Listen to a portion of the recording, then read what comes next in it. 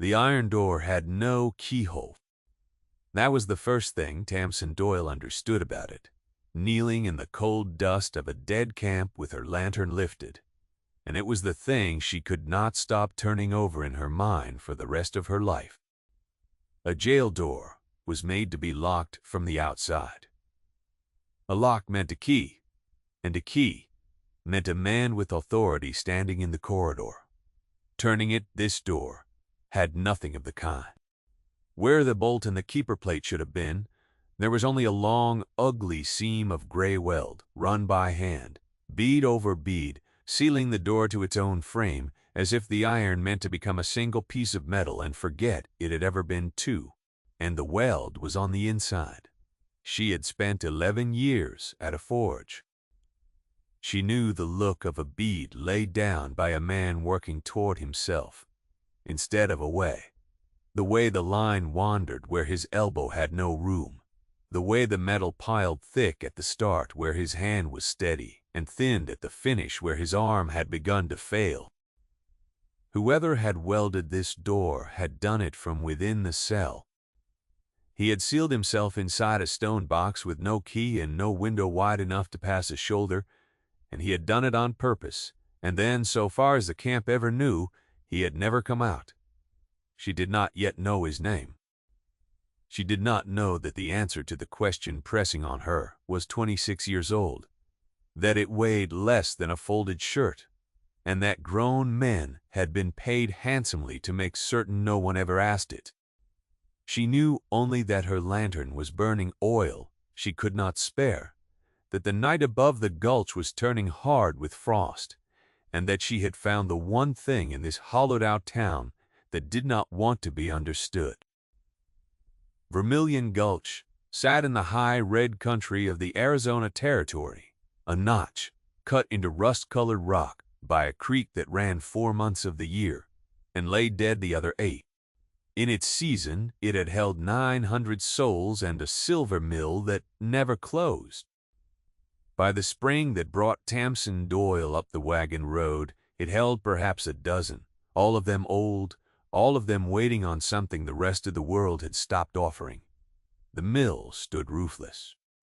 The bank had been stripped of its brass. The main street was a corridor of leaning false fronts, and the wind came through the gaps in them with a sound like a man drawing breath to speak and thinking better of it. She had not come for the silver. The silver was gone, and everyone knew it. She had come for the iron. A dead camp is a field of iron to anyone who can work it.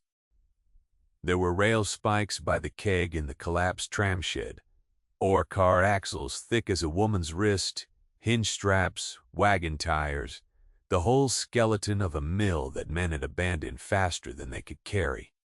Iron did not care that the silver had failed.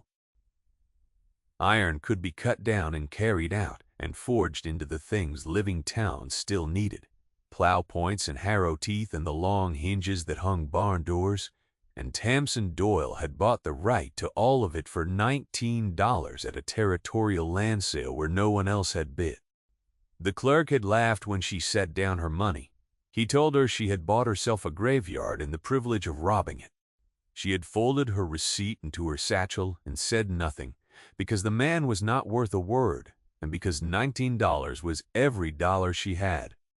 She was 28 years old that spring, slight and sun-browned, with dark hair she wore in a braid, pinned up off her neck so the forge sparks could not catch it.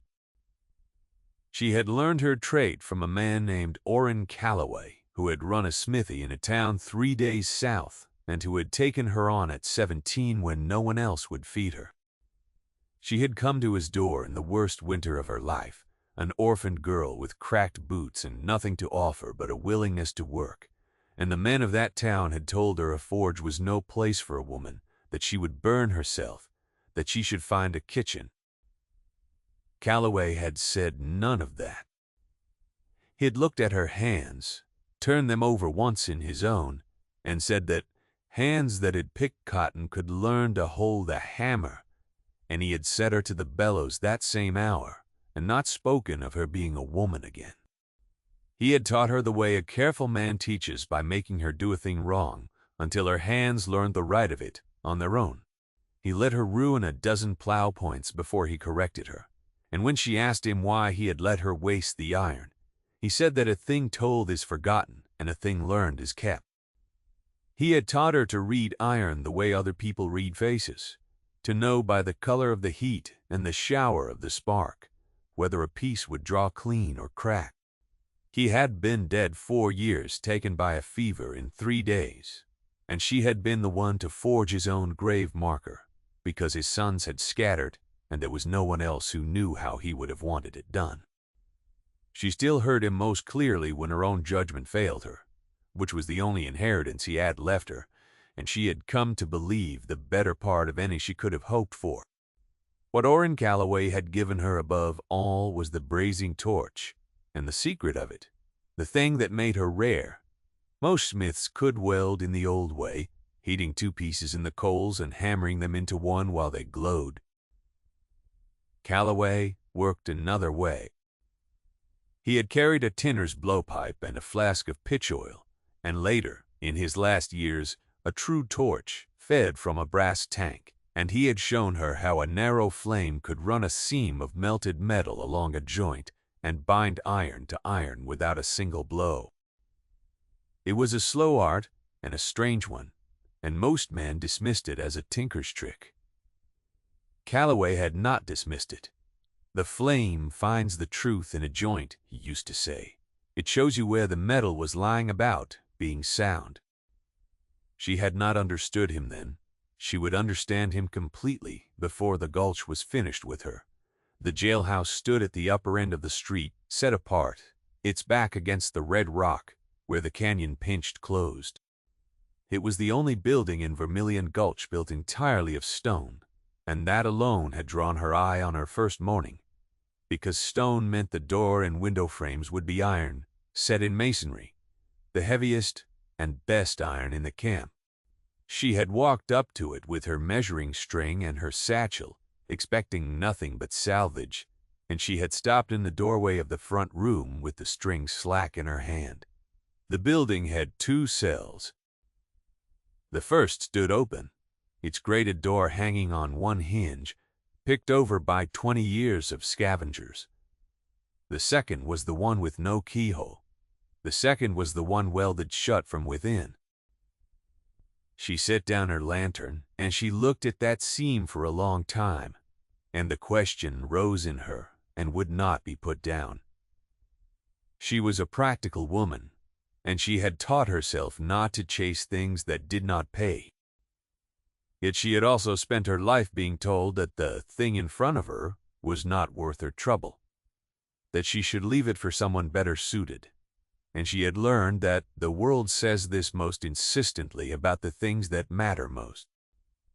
So she did not walk away, she knelt, and she ran her thumb along the cold weld, and she began, without quite deciding, to find out who had sealed the door. The old people of the gulch did not want to talk about the jailhouse. She learned this slowly, over a week of carrying water and splitting wood for them in exchange for what they knew, because the dozen who remained were too old to do those things easily and too proud to ask. There was a woman named Effie Lund who had kept the boarding house and who now kept 4 chickens in a memory like a steel trap.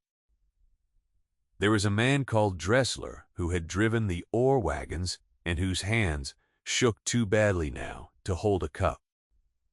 They fed her chicory coffee and told her about the strikes and the dances in the winter. The creek froze solid, and when she turned the talk toward the stone jail at the head of the street, they grew quiet and found reasons to be elsewhere. It was Effie Lund who finally told her, on the 7th evening, with the lamp turned low and the chickens muttering in the lean-to. A man had died in that cell, she said. A long time back, before the silver failed in the years when Burrell Mott ran the camp the way a king runs a country. The man's name was Silas Hone, and he had been the camp's recorder, the one who kept the book of claims, who wrote down which man had filed on which ground and on what day. A small office, and a powerful one, because in a silver cap, the only thing worth more than the ore was the paper that said whose ore it was. Silas Hone had gone into that cell one autumn, and he had never come out, and the camp had buried an empty box with his name on it, and agreed, in the way camps agree, never to speak of how the door had come to be sealed. Tamsin asked the question she had to ask: who welded it shut? Effie Lund looked at her a long moment, the lamplight catching the wet of her old eyes, and she said, "He did. Silas did it himself." And then she would say no more that night, and Tamsin carried the answer back to her bedroll in the empty tram shed and lay awake under it. A man had sealed himself inside a stone cell and died there. The camp had let him, and 26 years later the door still held the seam unbroken, because no scavenger had ever cared enough about a welded door to do the brutal work of cutting through good iron for whatever a dead recorder might have left behind. They had taken the brass from the bank, and the copper from the mill, and the very nails from the church, and they had walked past this one door for a quarter-century because the thing behind it could not be seen, and the men of the world do not break their backs for what they cannot see. Tamsin Doyle could read the seam. She knew what it had cost the man to lay it. And a thing that cost a dying man his last strength is never a thing without meaning. She decided she would open it. She told herself it was for salvage, because that was the kind of reason she trusted. But she knew, even as she told herself, that the iron in that one door was not worth 3 days of fuel and labor. She would open it because Silas Hone had wanted it shut, and a want that strong sealed inside stone for 26 years was owed at least the courtesy of being understood. She began the next morning, and the gulch which had ignored her began to watch. Old Dressler came up the street first, walking with 2 canes, and stood at a distance with his hat in his shaking hands. Then Effie Lund came, and 2 of the others, and they arranged themselves along the broken boardwalk across from the stone jail, and watched her work without offering to help, and without telling her to stop. She understood that they were not idle. They were a kind of jury. They had agreed long ago never to ask the question she was now asking with a torch, and they had come to see whether the iron would answer it.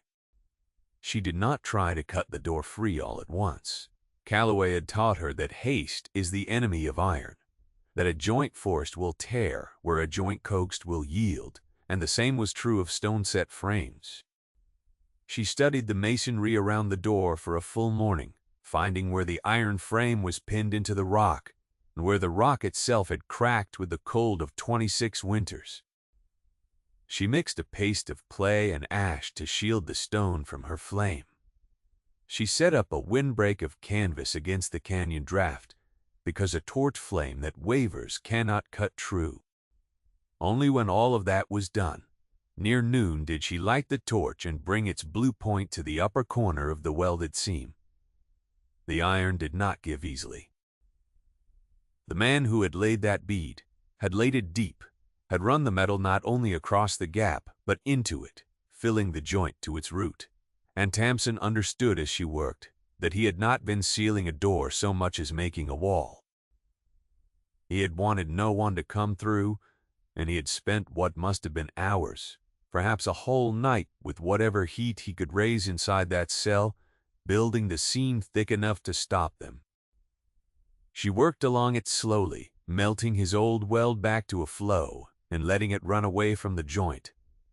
And the closer her flame followed his cold line, the more she felt she was reading his hand, the steady start, the thinning finish, the place near the bottom where the bead staggered as though his arm had begun to shake.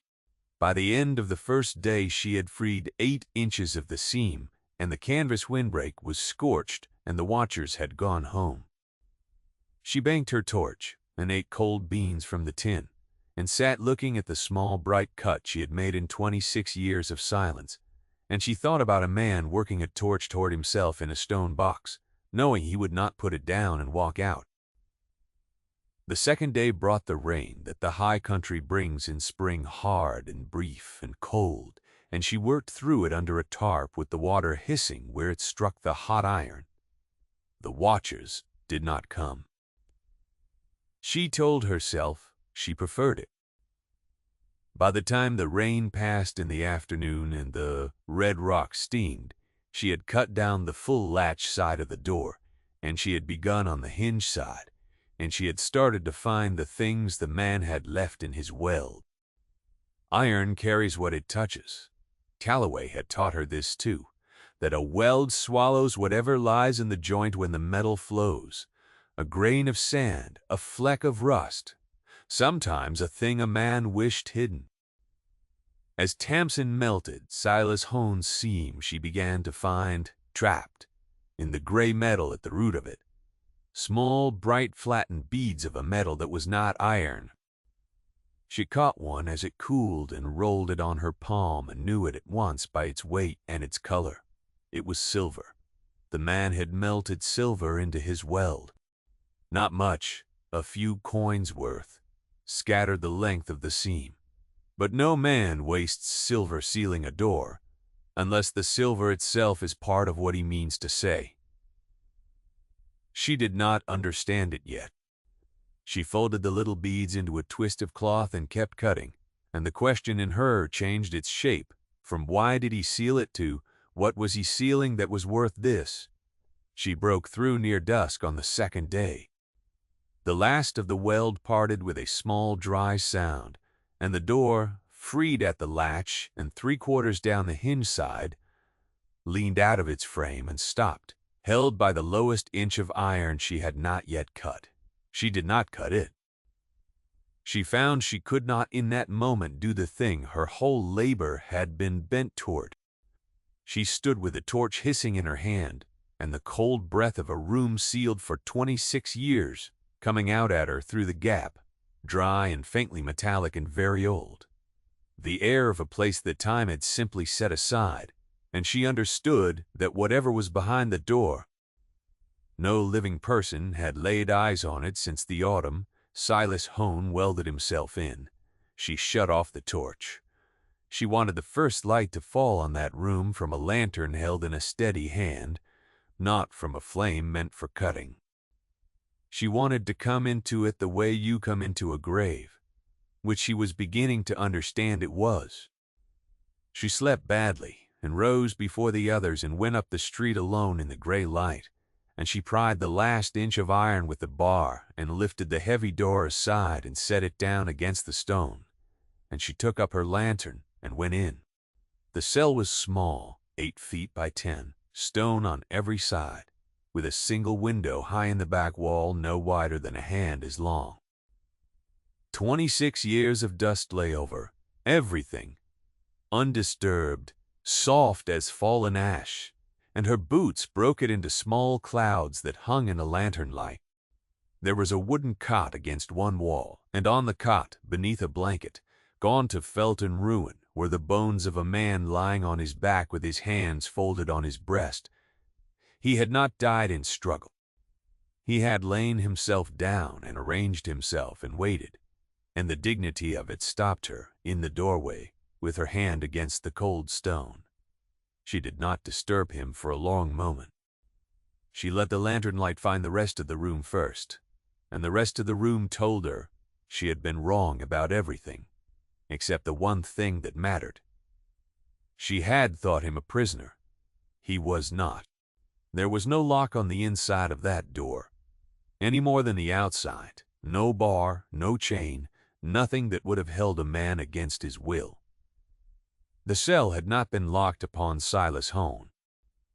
He had welded the door himself, from the inside, with the torch and the rod she now saw lying on the floor beside the cot where his hand had let them fall. And he had done it not to keep himself in, but to keep the rest of the world out. The cell was not a prison. It was a vault, and he had made himself its lock. Against the back wall, under the high window, stood an iron strongbox the size of a feed chest, and it was not sealed. Its lid stood open. Whatever Silas Hone had feared, it had not been that someone would take what the box held. It had been that someone would destroy it before the right person came. So he had put it where no fire could reach it, in a stone room behind an iron door, and he had welded the door shut and sat down with the only key, which was the knowledge of why. And he had waited for a world that did not deserve him to grow patient enough to ask. Tamsin knelt at the open box and lifted the lantern over it. It was full of paper. Ledgers, bound in cracked leather, and loose sheets tied in bundles with rotted string, and at the top, weighted under a flat river stone, a single folded letter with no name on the outside. The cold, dry air of the sealed cell had kept it all.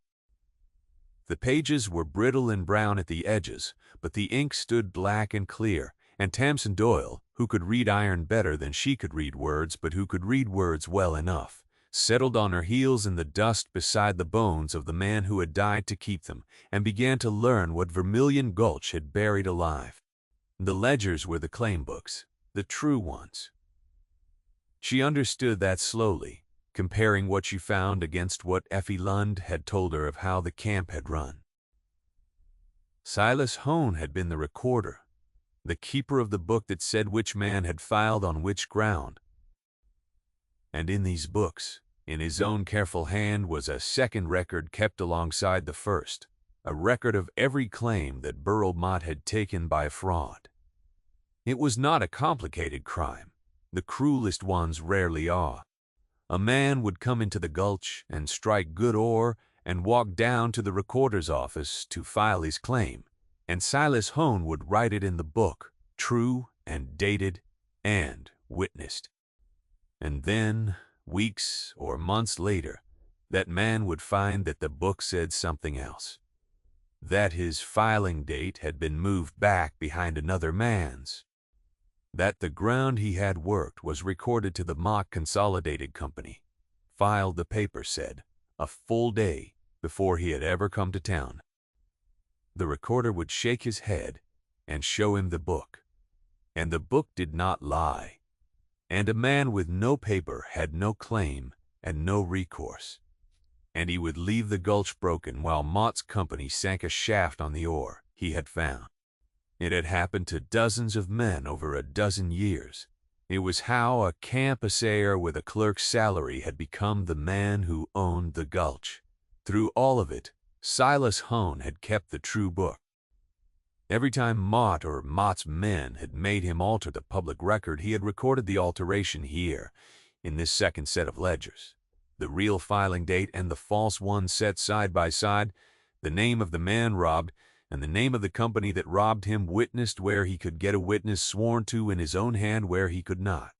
He had built, over 12 years, a perfect account of the theft of a mountain, and he had known what it was worth and what it would cost him, and he had kept it anyway. The folded letter under the river stone told her the end of it. She read it twice, kneeling there while the high window grayed toward full morning.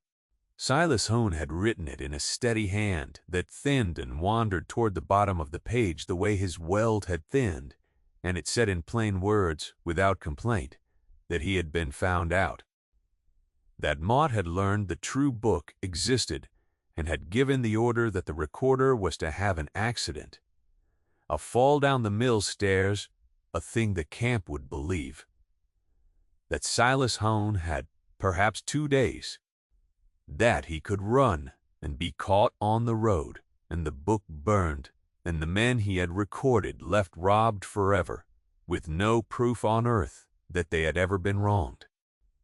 Or he could do the one thing Mott would not expect, the one thing that would make the book safe when his own life could not be. He had carried the strong box into the strongest room in the camp, the stone cell that even fire could not take. He had brought his torch, and he had welded the only door shut from the inside so that the book could not be reached without cutting through good iron in plain view of the whole gulch. Work no quiet murder could accomplish in the dark, work that could only be done openly by someone who wanted the world to see. He had made his own death the seal on the evidence. A burned-out recorder gone missing in the night could be explained. A man walled up alive behind a torched iron door with a strongbox at his back was a question that would wait however long it had to wait until someone came who knew how to ask it. "I'm no smith," the letter ended. "The seam I have laid is a poor one, and it shames me. Yet it will hold against any hand that does not understand iron. And the hand that understands iron will understand the rest. To that one, whoever you are, however late you come, I lead the truth and the asking of it." The ground was theirs. Said it right. Tamsin Doyle sat back in the dust and understood at last what Orrin Calloway had meant. The flame finds the truth in a joint. It shows you where the metal was lying about being sound. She had come up a wagon road to rob a graveyard of its iron, and the iron had set her a question, and the question had been left for her specifically, for the one person who would not walk past a welded door, who would read a dying man's hand in a cold seam and refuse to let it stay unanswered. Silas Hone had not known her name. He had only known she would come, and she had. She did not take the books that day. She closed the strongbox lid over them gently, and she covered the bones of Silas Hone with her own blanket, because the one he lay under had gone to ruin, and she went out into the morning where the old people of the gulch had gathered again in the street, drawn by something they could not have named. She told them. She stood in the broken street and told them what the door had hidden, plainly, the way the letter had been written, without ornament, and she watched 26 years of agreed-upon silence break apart on their faces. Old Dressler wept without sound, his canes shaking under his hands because he had driven ore wagons up out of a shaft, sunk on ground that had belonged to a man he had known, a man who had left the gulch broken and never understood why. Effie Lund put her hand over her mouth. They had all known something was wrong. They had all agreed not to ask. And the asking had been waiting behind a stone wall the whole time, and a stranger with a torch had done what none of them had dared. The work that followed was not the work of a torch, and it took far longer than 3 days. Tamsin Doyle was not a woman of paper, and she knew the books would mean nothing if she carried them down the mountain alone and laid them before strangers, an unknown smith with a story too strange to credit. She needed the wronged, or their heirs, and she needed them to speak. So she set out that summer, with the true names copied from the ledgers into her own hand, to find what had become of the men Burrell Mott had robbed. Most were dead. The frontier is hard on broken men, and 12 and 20 years had taken them. Still, a man does not vanish without leaving someone, and Tamsin Doyle had patience the way other people have money, the only wealth she had ever owned. And she spent it. She found a son who shod horses in a town 2 ranges over, a broad, quiet man named Albert, who had grown up hearing his father curse the name of a gulch and a company, and had never known the whole of why. She came on him at his own forge, and they spoke the language of the trade before they spoke of anything else, the price of coal and the set of a shoe, and only when his hands were still did she lay the copied page on his anvil and show him his father's name beside the date that had been stolen from it. He read it slowly, his lips moving, and then he set down his hammer with great care, the way a man sets down a thing he is afraid he will throw. And he said his father had died believing he was a careless man who had lost his own claim through his own fault. He said his father had carried that belief like a stone in his chest for 19 years. It was not true, Tamsin told him, and showed him in the recorder's own hand that it had never been true, and the man put his blackened hand flat over the page and stood that way a long while, saying nothing, while the fire he had banked ticked and settled behind him. She found a widow keeping a roadhouse on a stage road, an old woman named Garnet, who fed travelers and asked no questions, and had buried 2 husbands and outlived the second by 20 years. Tamsin sat at her long table over a bowl of beans she had paid for, and when the room had emptied, she told the woman why she had come. Garnet did not answer at first. She rose and went to a high shelf above the dry sink, and took down a tin box gone orange, with rust at the corners, and she set it on the table and opened it with a key she wore on a string at her neck, and she lifted out a single folded paper, soft as cloth with handling.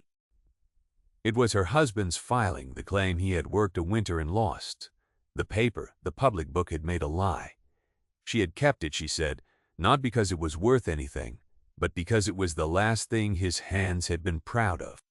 Tamsin laid the true date in her copied ledger down beside it, the real day against the false one, and the old woman looked from the one to the other and understood, and she sat down very suddenly, as though her legs had been taken from her, and she put her hand over her mouth and did not speak for a long time.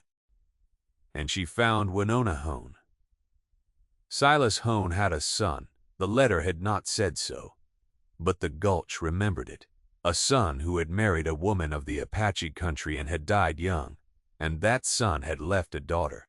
She was grown now, near Tamsin's own age, and she kept a small holding at the edge of the reservation lands, where she ran goats and wove and asked nothing of anyone. She had been a child when her grandfather disappeared.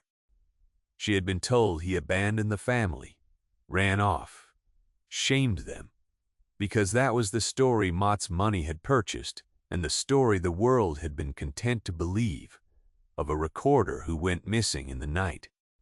She had carried that shame her whole life. Tamsin Doyle came to her, holding in the autumn, and sat with her through a long afternoon, and gave it back to her, all of it, the true book, and the welded door, and the blanket, and the bones, and the last, steady then failing line of her grandfather's hand. She gave Winona the letter to read herself, and she did not speak while the younger woman read it. And when Winona reached the end and read the words, set it right, and laid the page down in her lap, she did not weep. She sat very still for a long time, the way her grandfather must have sat in the cell. Then she said, in a voice that was quiet but did not shake, "He did not run." "No," Tamsin said. "He did not run." "He stayed to keep it safe," Tamsin said, "until someone came who could open it." Winona Hone looked at the iron-burned hands of the woman across from her, and at the small twist of cloth Tamsin set on the table between them. The flattened silver beads melted into a dead man's weld and cut back out of it 26 years later, and she understood the whole of what she was being given. And she put her hand flat over the little beads and held them there. It was Winona who made the truth into more than one woman's strange story.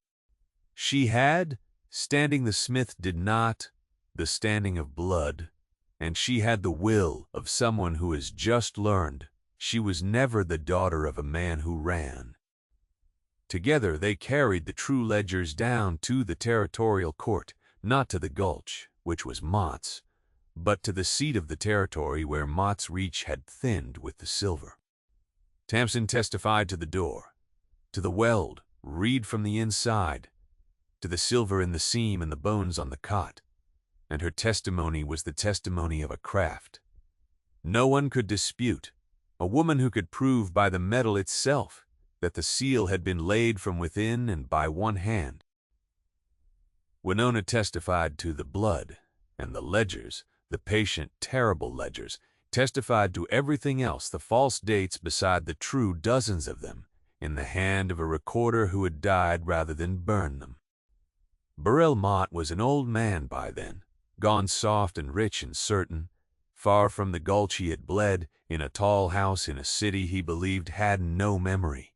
Tamsin never saw him, and did not wish to. He was not the point.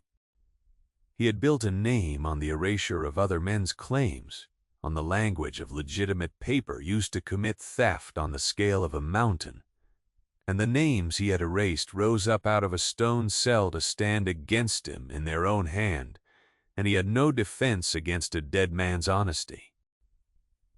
The company's title to the Vermilion ground was broken, claim by recorded claim. The ground went back, where the men were living, to the men and where they were dead, to their heirs, to the horseshoer, to ranges over, and the widow with the roadhouse and the goat-keeping granddaughter of the recorder Mott had walled up a lie. It did not make them rich. The silver was mostly gone. What it did was make them right, on paper, in the only book that had ever told the truth about that gulch, and for some wrongs. That is the whole of what restitution can be, and it is not nothing. It is very nearly. Tamsin Doyle went back to Vermilion Gulch one last time, the following spring, before she moved on. She had taken her iron after all. In the end, the spikes and the axles and the long mill hinges, because a woman has to live, and Silas Hone of all men would not have wanted his ground to make a martyr of her. She did one thing first. She and Winona Hone buried the recorder properly in the gulch's old ground, with a stone Tamsin had not bought, but forged, a flat iron marker she made at a fire she built in the roofless mill, hammering his name and his true dates into the metal with a cold chisel, the only kind of writing she fully trusted. They did not put him under the empty box the camp had buried, with his name a quarter-century before. They put him under his own name with the years he had lived and the year he had truly died. And below the dates, Tamsin had hammered 4 words and no more, because the letter had used 4, and 4 were enough. The ground was theirs. And then she did the last thing, the thing she had carried in her mind since the morning she lifted the door aside. The cell stood open now, the iron door leaning against the stone where she had set it down. She did not haul that door away with the rest of the salvage. It was good iron and she had bought the right to it. But some iron is not for selling. Instead, she took up her torch one final time in the cold cell where a man had laid down his last strength, and she set the heavy door back into its frame, and she welded it shut again. From the inside this time would have been impossible, and she did not try. She ran the new seam from without, slow and even and deep, a smith's seam, the seam Silas Hone had been ashamed he could not lay. She closed the empty vault he had made of his death, sealed it against the scavengers and the weather and the curious, and left the room to its dust and its high, small window, and the felt of a ruined blanket, a grave behind a door. No one need ever cut again, because the question it had held had finally been asked. When the metal had cooled, she ran her bare thumb along the new bead, the way she had run it along his, on the first cold night, and she found it sound no snag, no pit, a clean line of iron made one. Somewhere in it, melted down into the gray, the way he had melted his silver into his, were the flattened beads she had cut from his weld and carried all that year, and brought back at the last, because they had been his, and the seam was the right place for them. She left them in the iron. She did not say anything. Orrin Calloway had taught her that the metal carries what it touches and keeps it longer than any voice. And she believed him, and she let the iron do the keeping. She gathered her tools and her satchel and her receipt for $19 of dead camp, and she went down the wagon road in the early light with the red rock warming behind her, and the question at last laid to rest in the metal where it had always belonged. A jail door welded shut from the inside is a thing made to be misunderstood, made to wait, made to outlast every easy answer, until the one hand that could read it came up the road. It had waited 26 years. It did not have to wait anymore.